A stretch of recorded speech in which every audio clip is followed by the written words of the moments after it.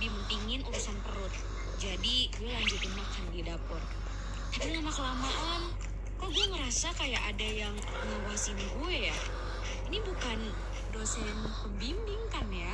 Buset, perasaan makin gak karuan. Gue buru-buru kelarin makan, terus lari ngibrit keluar rumah.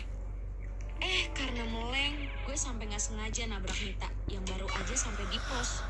Pas banget juga, Mei sama Bella juga baru sampai pos saat itu. Mereka pun segera berubah ke kepo mode on nih, dengan pertanyaannya yang, "Lu ngapain anjir? Lari-larian? Benteng Takeshi lu? Iya lu ngapa dah? Kok kayak habis lihat setan?" Imbuh Mei, tapi saat itu gue cuma bisa diem dan menggelengkan kepala. Karena gue nggak pengen buat mereka takut selama menjalankan KKN di sini. Besoknya kita berkunjung ke pos B. Tentunya setelah menyelesaikan semua urusan kami di desa. Setelah lama kita berkunjung ke pos B, sampai nggak kerasa waktu udah pukul 17.55 sore. Kita segera bergegas pulang karena khawatir kemalaman di jalan. Di perjalanan, ketika kita mulai memasuki desa, kita tinggal. Jujur, gue malah pulang gak jelas. Jadi, gue gak denger apapun yang Meli ucapin ke gue. Sampai akhirnya, kita ngelewatin jalanan yang menanjak dan dikelilingi oleh pohon-pohon besar. Begonya, gue tuh malah iseng noleh ke sebelah kiri dan tersentak karena melihat sesuatu.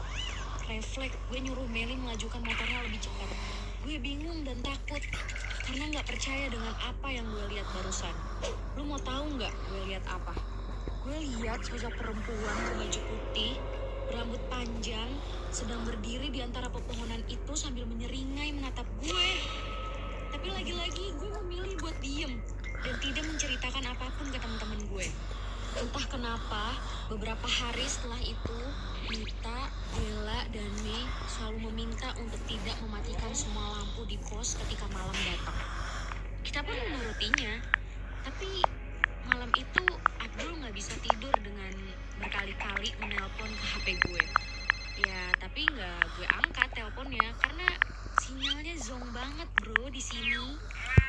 Nah, baru deh pas subuh Abdul cerita ke kita semua kalau dia melihat pintu ruang tengah bergerak sendiri, seperti ada yang memaksa buat masuk. Dan dia juga mendengar suara deru motor seperti sedang dimasukkan ke dalam rumah. Seremnya lagi, ditambah dengan suara lolongan anjing seperti sedang marah. Katanya Abdul, waktu itu dia udah nyoba ngebangunin Indra dan Rozak, tapi nggak ada dari mereka yang terbangun sampai akhirnya dia mencoba nelpon gue. Duh,